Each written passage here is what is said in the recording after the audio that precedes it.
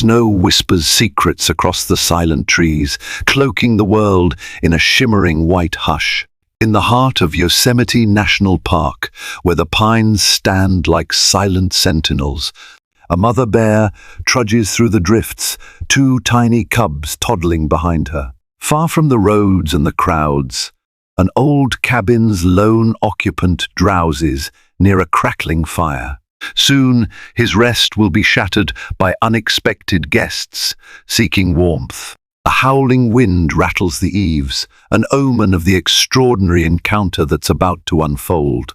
Brace yourself for a tale of survival, unexpected kinship, and a surprise twist you won't see coming. A swirl of snow flitted through the open glade like drifting spirits, illuminated by the pale winter sun. The storm had arrived swiftly, blotting out even the faintest shadows with sheets of swirling white. In the hidden recesses of Yosemite National Park, winter had a tendency to enshroud the wilderness in a fierce, breathtaking beauty. There were no rangers to see the fury of the blizzard, no hikers to marvel at the sleek elegance of pine branches holding a delicate dusting of flakes, and no tourists to snap photographs of the frozen waterfalls. In that remote area, only the wildlife and the occasional adventurous soul remained to witness the most unforgiving side of nature. Beneath a leaning pine that groaned under the weight of snowfall, a mother bear, her thick brown coat clumped with ice, stood guard. She had sensed the storm coming in the trembling of her whiskers and in the changing tension of the cold air. Her two cubs, each scarcely the size of a small dog, pressed themselves to her flank. They were new to the world, only a few months old, stumbling through their first encounters with life's hardships.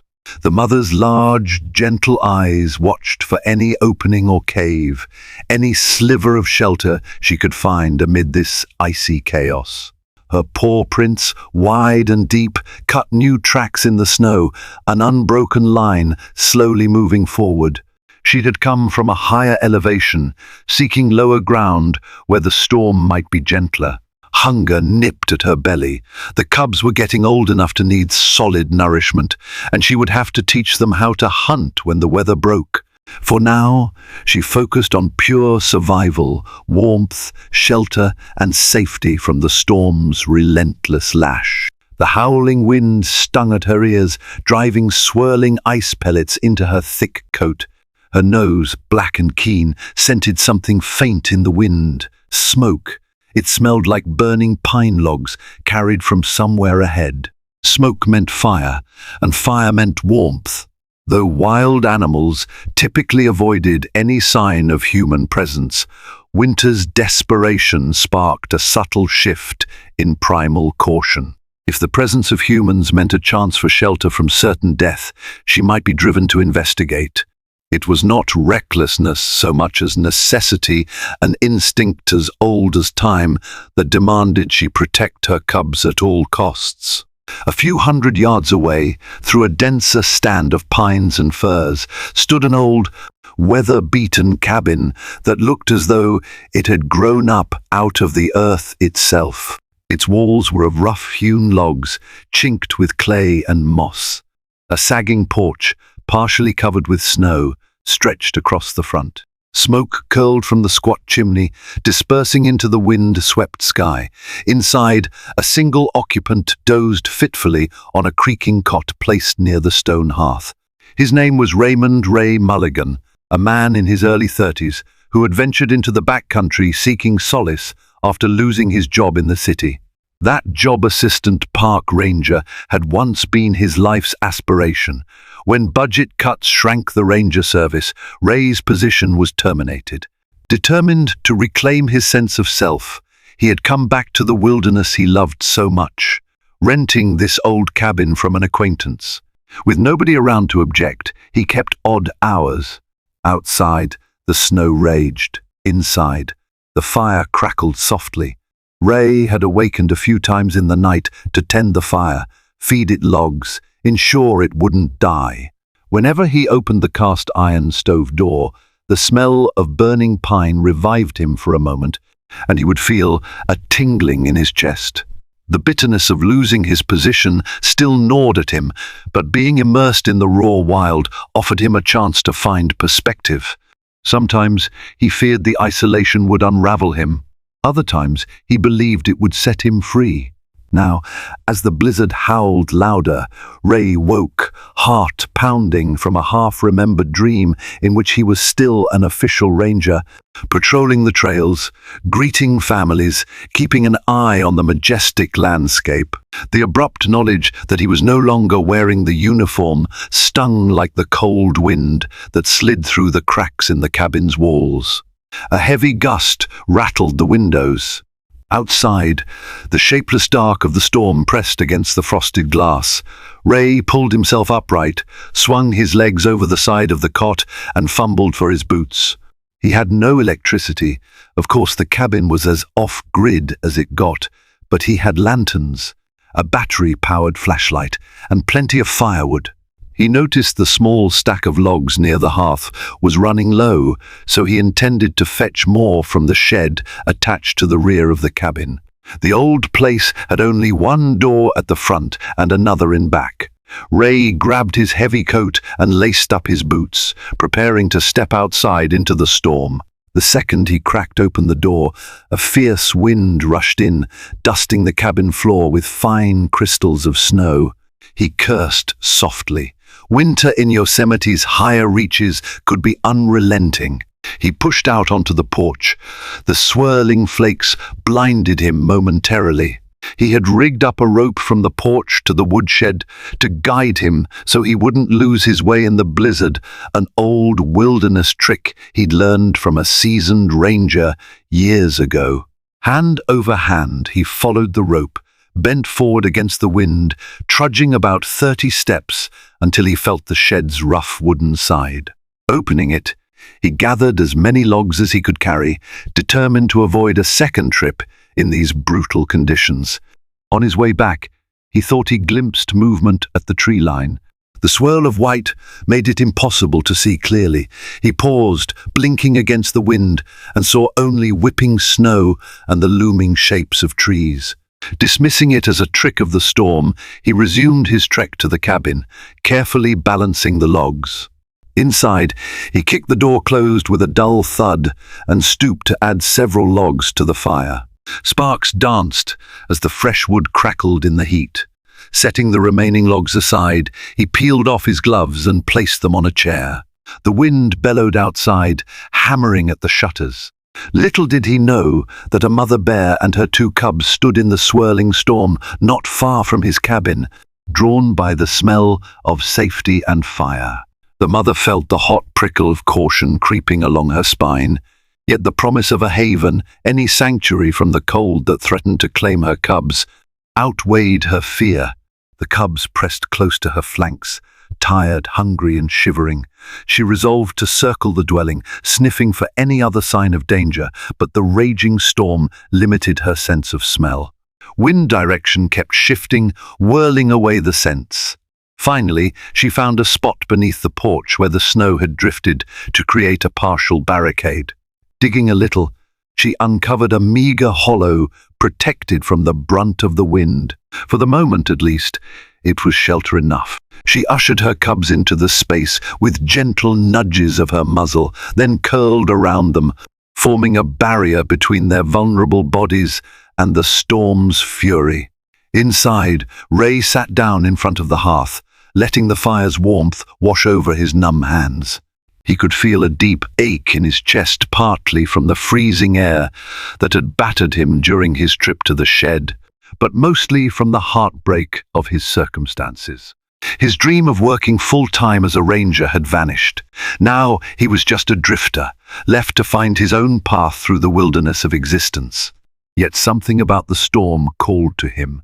The hiss of the wind, the sway of the cabin walls, the whistling draft sneaking in through the door's cracks, it all made him remember the unstoppable force of nature, the unstoppable flow of life itself. Maybe, he thought, there was a chance to forge a new beginning, to discover a deeper part of himself that only a trial by ice could reveal. Hours crept by in a kind of trance. The storm only intensified.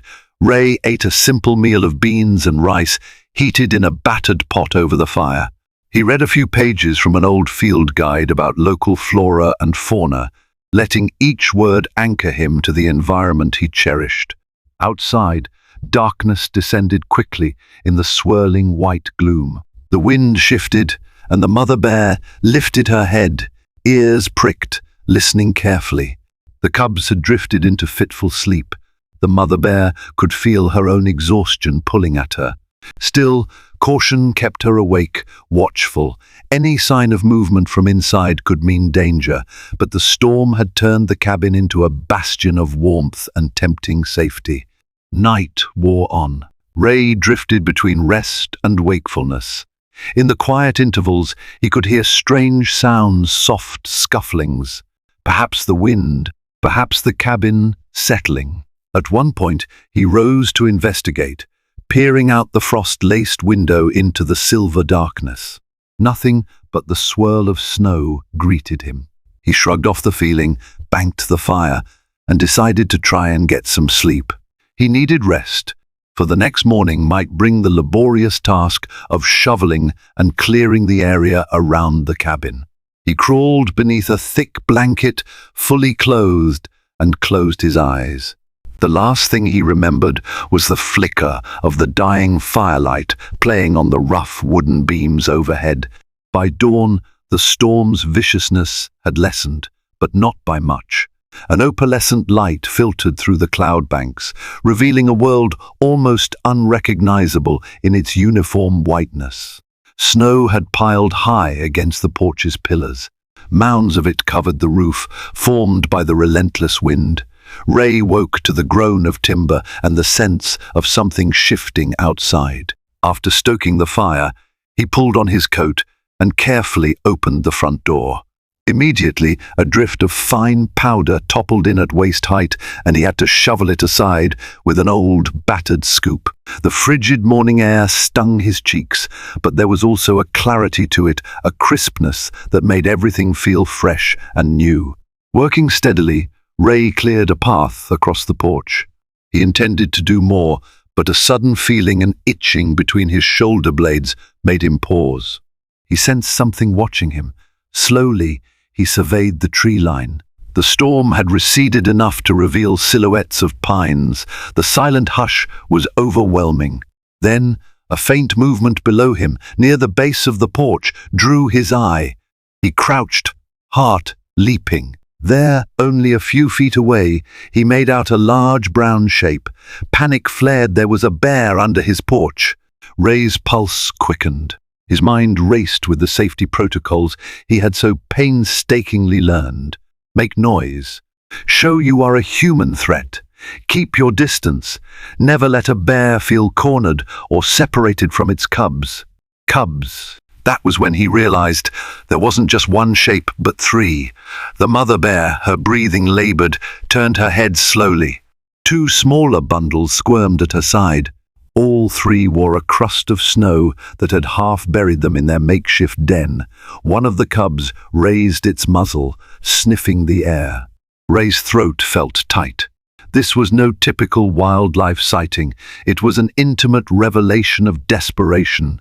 The mother's eyes, dark and wide, seemed to plead with him. We're freezing. We're stuck. We needed shelter.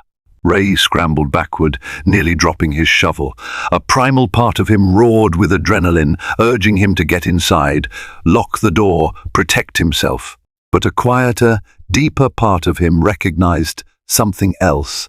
The mother bear was exhausted.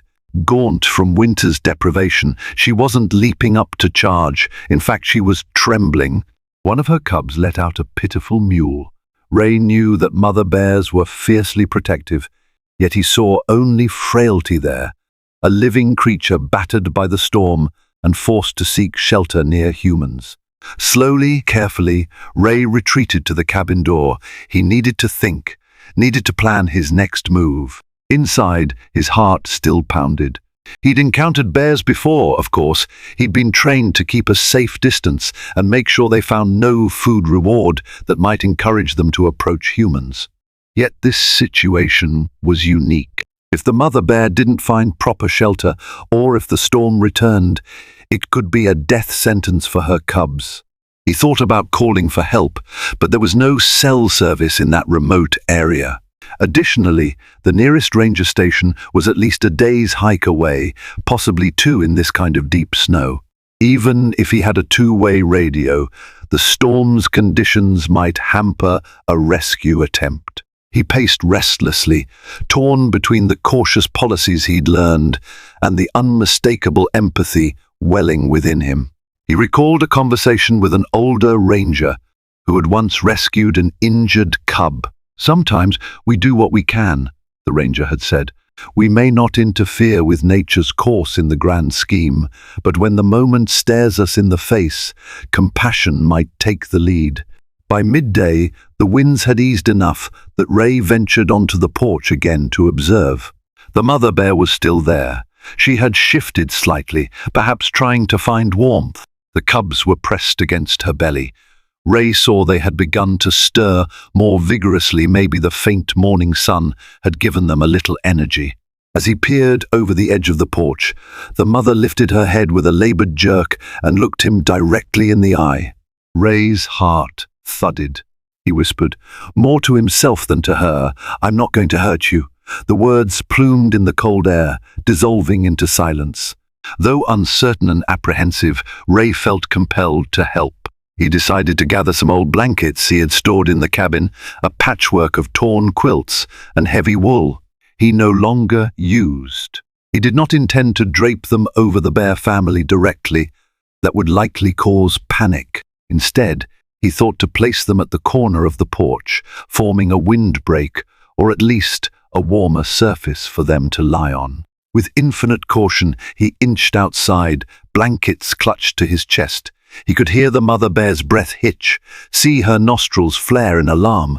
She was too weak to stand, he suspected. One of the cubs attempted a feeble snarl, a squeaking imitation of its mother's warning. Ray's breath came in quick bursts. He laid down one blanket at the edge, then scooted it under the gap in the porch, near where the mother lay. He slid another blanket just beyond. The mother gave a soft snort, and Ray flinched, nearly dropping everything. Still, he continued. Then, stepping back, he watched her. For a long moment, she did nothing. Then she stretched her nose forward, sniffing the strange fabric. Her cubs wriggled closer. Before Ray's eyes, she seemed to accept the presence of the blankets. She turned slightly, lifting her front leg enough for the cubs to creep onto the softer surface. A spark of relief fluttered in Ray's chest. At least it might stave off the worst of the cold for them. Stepping back inside, Ray closed the door gently. His emotions swirled: fear, compassion, awe. He understood the risk. If the bears remained, it might become dangerous when they recovered some strength. But for now, they were at his mercy, and that knowledge woke something paternal in him. He'd never had children of his own, never been married. But a flicker of protectiveness burned inside him, urging him not to abandon them. He remembered a quote from a wilderness manual: "Respect is the currency of coexistence between man and nature." Wasn't that what he was trying to practice here? The day drifted on, and Ray alternated between keeping watch from the window and going about the tasks needed to survive in the cabin. He restacked firewood, boiled water for tea, and sorted through the meager food supplies he had left. He had enough to last perhaps a week if used carefully, yet his mind lingered on the bears. He knew they would be hungry, particularly the mother bear, who needed to produce milk for her cubs. Searching through the cupboards, he found some old canned goods. He wouldn't dare feed them human food directly, as it could be harmful or encourage dependency. But maybe he could set something outside in a discreet way, something less processed, something that might approximate a natural meal. He had some raw fish fillets vacuum sealed in a cooler. After some deliberation, he decided to place a few in the snow, some distance from the porch. If the mother smelled them, she might venture out to eat. He understood it was a delicate balance, helping them without making them approach humans for food again. But the circumstances were exceptional. That afternoon, the sky grew darker, and the biting wind returned. Ray placed the fish near a tree stump, about 30 yards from the cabin, in a shallow hollow of snow where he thought the wind wouldn't blow it away. He retreated indoors, heart pounding from the tension. Through the window, he watched. For hours, nothing happened. The mother bear remained under the porch, sheltering her cubs. Eventually, as twilight fell, she stirred. Ray could barely make out her bulky form emerging from beneath the porch. She lifted her nose, clearly catching the scent of the fish. The storm had calmed enough that a few flakes drifted lazily from a sky tinted rose by the setting sun. The mother moved slowly, each step pained, as if exhaustion weighed on her limbs. One cub followed, then the other, stepping in her footprints. She paused near the corner of the cabin, gave a soft huff, and advanced toward the stump. Ray stifled a gasp when she vanished from his line of sight. He hurried to another window, clearing the frost with his sleeve. He could see her hunched shape near the stump. She sniffed the fish, then looked around warily, ears swiveling. The cubs crowded at her hind legs, uncertain. At length, she lowered her muzzle and ate. The cubs reached out their snouts, though they were probably still reliant on milk. She let them sniff, but gave them only a chance to lick at the fish's surface, more out of curiosity than nourishment. Once she finished, she licked her jaws, scanning the area. Then, in one fluid motion, she turned and lumbered back to the porch. Ray felt a curious sense of relief that the mother had taken nourishment. Maybe it would give her enough strength to see the storm through. Night swept in again, the second since Ray had discovered the bears. The wind howled. He curled up under a blanket, drifting in and out of sleep, tormented by dreams of claws scraping the cabin walls. Outside, the mother bear and her cubs huddled in their patch of relative safety. Snow continued to fall, albeit less fiercely. The world seemed locked in the suspended hush of midwinter, where time blurred into a slow heartbeat of survival. On the third day, the storm finally broke. The morning sun cast brilliant spears of light through the pines, illuminating the glistening drifts. Ray woke to a stillness so profound it almost hurt his ears. No wind, no roar of swirling snow. He blinked groggily, then realized it was the perfect chance to see how deeply he had been snowed in. He hurried to the door, opened it, and was greeted by a pristine winter scene. The trees bowed with glittering branches. The sky was a bright, cloudless blue. Fresh snow lay thickly across every surface, turning the clearing into a tableau of unspoiled wonder. He stepped out, scanning for signs of movement.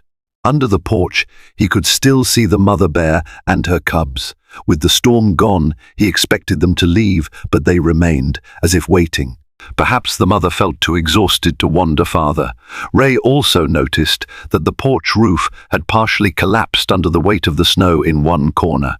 He'd need to clear that soon before it damaged the rest of the cabin. Yet he kept one eye on the bears as he worked. He wasn't sure if they'd see his approach as a threat. So he decided to shovel the opposite side of the porch first, giving them as wide a berth as possible. While he worked, the sun rose higher, lending the air a crisp warmth. The cubs eventually ventured out into the snow, tottering, slipping, and squeaking with every step. One of them tried to mimic its mother's behaviors, attempting to dig at the snow near a corner post. Ray paused in his shoveling to watch them with an odd sense of wonder.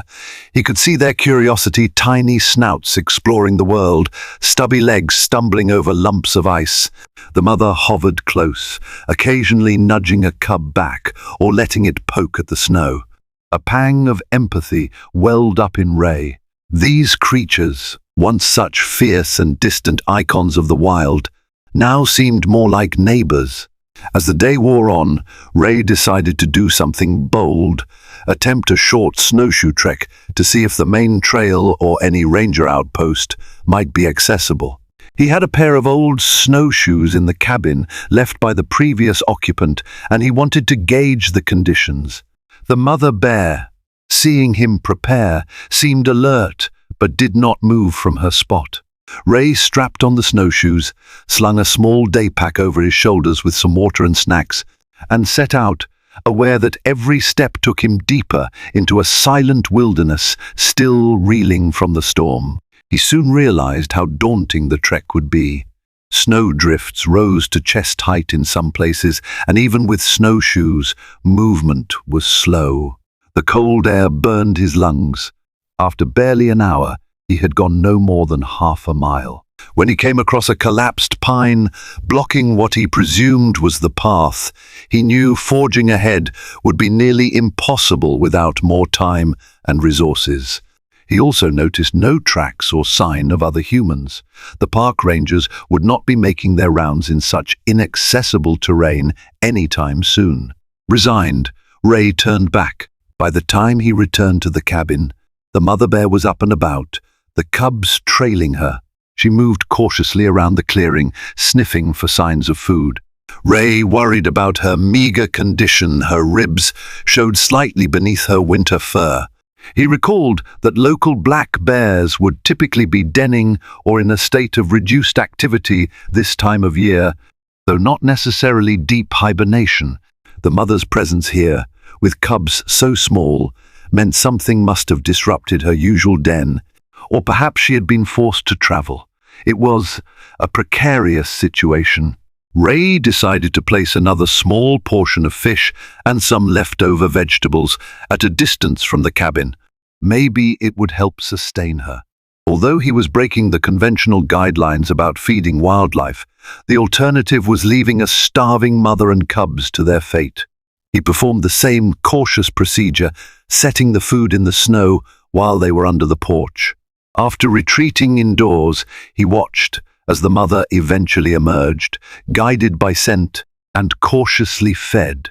The cubs sniffed, licked, and pawed at the morsels, more out of curiosity than hunger, but they gleaned bits of nourishment. A smile tugged at Ray's lips. He was not only a bystander now, he was involved in their fate. Over the following days, an uneasy routine took shape. Ray would wake early, melt snow for drinking water, tend to his chores, then cautiously check on the bears. They would shelter beneath the porch at night, occasionally emerging to explore the clearing by day. The mother grew more comfortable with Ray's presence, though comfortable might be too strong a word perhaps. More accurately, she tolerated him. She never approached him directly, maintaining a respectful distance, and Ray did not push his luck. Each day, the sun's rays grew a bit warmer, gradually turning the clearing into a world of sparkling crystals. Sometimes, Ray would see the mother dozing, the cubs piled atop her in a furry jumble. All the while, Ray's own internal journey was evolving. At first, he had been consumed by the bitterness of losing his ranger position and the fear of an uncertain future.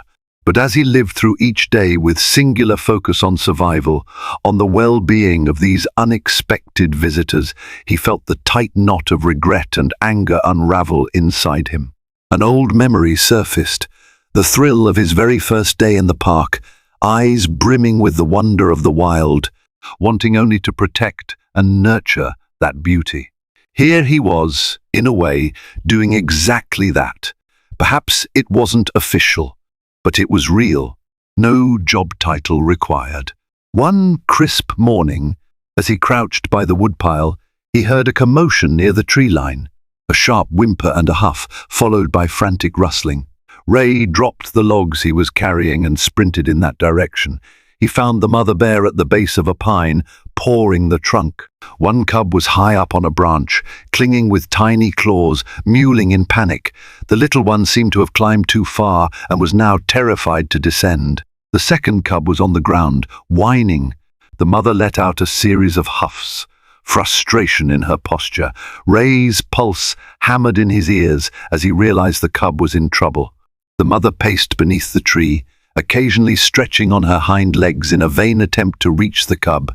This was a normal part of a cub's learning process, climbing to escape threats, but it could be dangerous if the cub froze in fear. Ray, torn between caution and compassion, decided to try something desperate. He'd seen experienced rangers encourage a cub down by making noise or even by gently guiding it with a long branch. But interfering too closely with a mother bear was perilous. He found a fallen limb about 10 feet long and eased forward. The mother bear turned toward him, ears flattening. Ray froze. He carefully raised his free hand to show he meant no harm.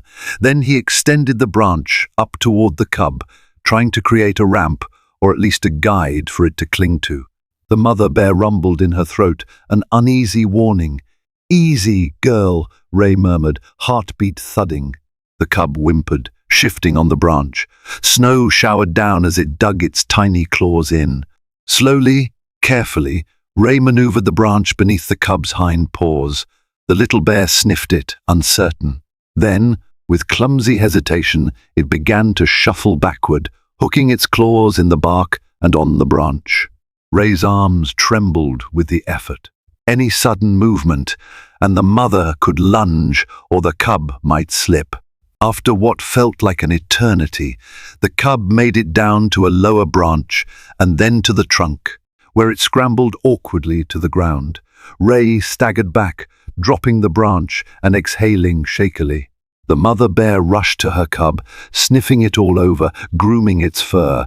The second cub scampered over, pressing its nose against its sibling. Only then did the mother bear lift her head to stare at Ray. In her eyes, he saw neither aggression nor fear, just a momentary flicker of what he dared call gratitude. It was a fleeting exchange, a silent acknowledgement that he had aided her offspring. Then she turned away, ushering the cubs into the brush, leaving Ray alone with his hammering heart and swirling thoughts. Adrenaline thrummed through his veins, but also a strange warmth spread in his chest. Was that the bond he'd been missing? Time passed, though in the snowy wilderness, days and nights blurred into one long tapestry of cold and quiet. The mother bear and her cubs grew stronger. Ray rationed what food he could spare, always placing it far from the cabin to keep them from associating his living space with a food source. Nonetheless, an undeniable kinship formed. Ray's daily routine included scanning the clearing, sometimes glimpsing the little family wandering in search of natural sustenance. They foraged for roots and scraps of vegetation when they could. The melting snow in the midday sun occasionally revealed patches of earth, or the tips of dormant plants. Ray watched them from a distance, a faint smile on his lips as the cubs bumbled about, chasing each other through the shallow drifts. The snowpack gradually receded. Icicles dripped from the cabin's eaves, glinting in the sun. The nights still dropped below freezing, but the days hinted at spring's approach. With new growth would come fresh food sources for the bears, sprouting plants, insects, small critters. Ray knew they would soon leave, returning to the deeper forest, carrying the memory of this place only in some primal recess of their minds.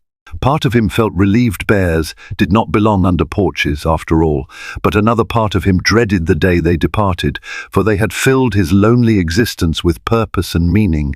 He found himself journaling more often, scribbling notes by lantern light.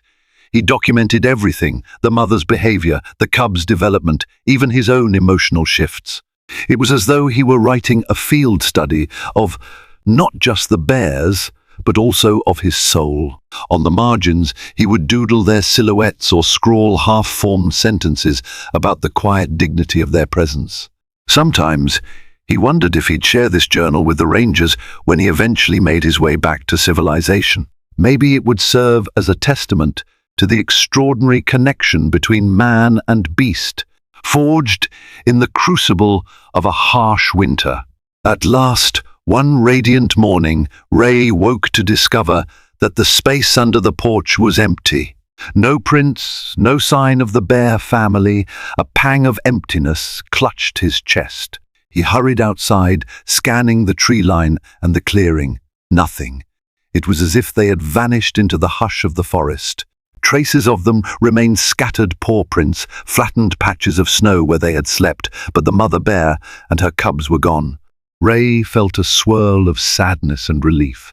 Perhaps the warming weather had signaled it was time to move on, to find a more natural habitat free from the watchful eyes of humans. He stood there for a long while, the sun warming his face as the last of winter's breath whispered through the pines. His eyes misted over with emotion. In that moment, he realized how much these animals had given him a renewed sense of purpose, a reason to wake each day, a mirror to reflect his own capacity for care. They had not just shared his space, they had shared his journey of survival, resilience, and ultimately, growth. Ray re-entered the cabin, resolved to continue his own path. The day after their departure, he set out on a longer trek, determined to find a ranger station or an access road. The melt had advanced enough to make travel less grueling. Over the next 2 days, he navigated ridges, avoided avalanche-prone slopes, and followed the faint outlines of old trails. The promise of spring spurred him on. Eventually, he came across a remote service road used by park officials. He flagged down a passing snowmobile, outfitted with ranger markings. Seeing the uniform stirred a bittersweet ache in Ray. The ranger, a grey-haired man in his 50s, listened intently to Ray's story, nodded solemnly at the mention of the mother bear, and offered him a ride back to the nearest station. In the station's warm office, Ray was given a chance to rest, to shower, to recharge mentally. Over cups of hot coffee, he recounted his experiences to 2 rangers, men he vaguely recognized from his training days. They exchanged glances. One of them said, "You know, we've been strapped for staff lately. Maybe you should consider reapplying. Your familiarity with the park could be invaluable." Ray felt his heart skip. He had thought the door was closed forever, but perhaps not. The wilderness had a way of opening unexpected paths. He parted ways with the rangers and ended up in a nearby lodging for a few days, regaining his strength. As he strolled through the small mountain community, he realized how drastically the winter ordeal had changed him. Gone was the resentful man clinging to bitterness. In his place stood someone who had rediscovered the fundamental meaning of stewardship, caring for the land and its creatures, even without official authority or recognition. That sense of purpose was bigger than any job title, bigger than any personal setback. He resolved to remain in Yosemite's vicinity until the job opportunity was clarified. Each morning, he found himself gazing at the distant peaks, half expecting to see a mother bear and 2 playful cubs ambling along a ridgeline. Perhaps that was just a flight of fancy, but it warmed his heart nonetheless. Whether they met again or not, their story was etched into his life forever. Springtime and surprise, ending as the snows melted further.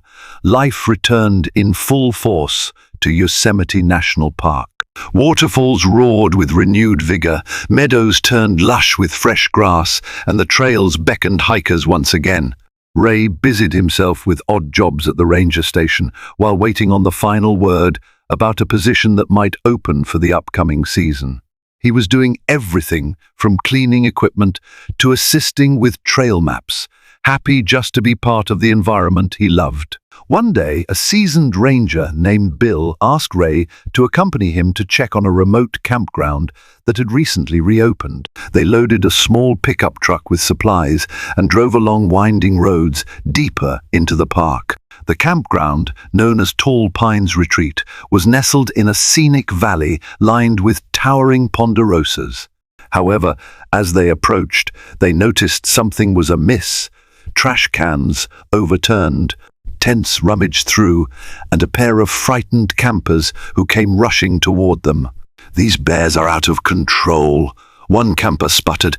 "A mother bear and her 2 cubs came sniffing around our tent last night. We tried to scare them off, but they didn't seem too afraid. They rummaged through our cooler. We got to the truck, locked ourselves inside until dawn. We thought we'd get mauled." Ray's stomach twisted. A mother bear and 2 cubs, unafraid of humans, rummaging through coolers? Could it be the same family? He exchanged a look with Bill, who said sternly, "We can't allow that. If a bear becomes too habituated to human food, it can become dangerous. We may have to relocate them, or worse." Ray felt a surge of panic at the thought.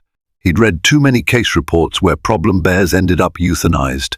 They combed the campground, picking up strewn trash, distributing guidelines to the shaken campers.